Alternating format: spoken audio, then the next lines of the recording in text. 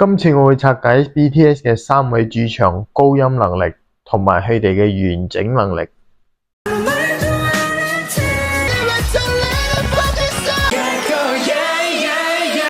先睇中國，佢嘅高音爆發力強，聲音厚實，衝擊感非常明顯，力量感突出。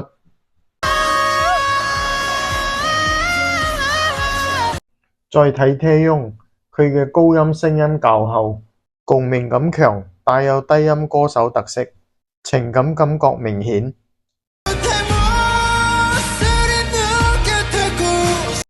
最後睇 Jimin，佢嘅高音輕盈，假聲明顯，聲音流動感強，情感細膩。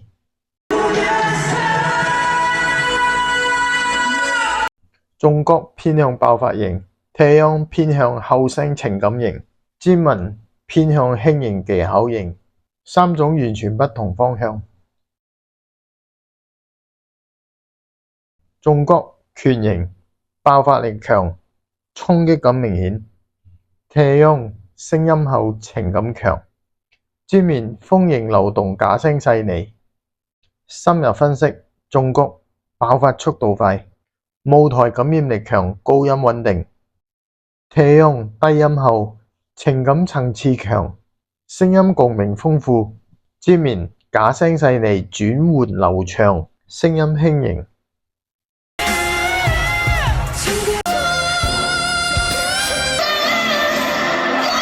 而家到3位嘅所有唱歌能力。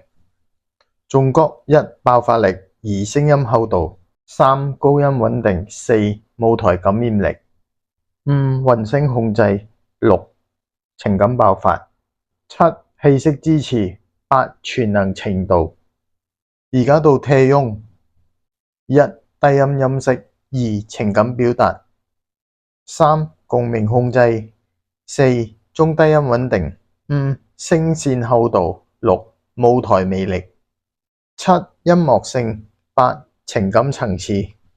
而家到 Jimin 1獨特音色，2假聲高音，3情感表達，4聲區連接，5舞台感染力，6弱混聲控制，7高音流動，8音樂性。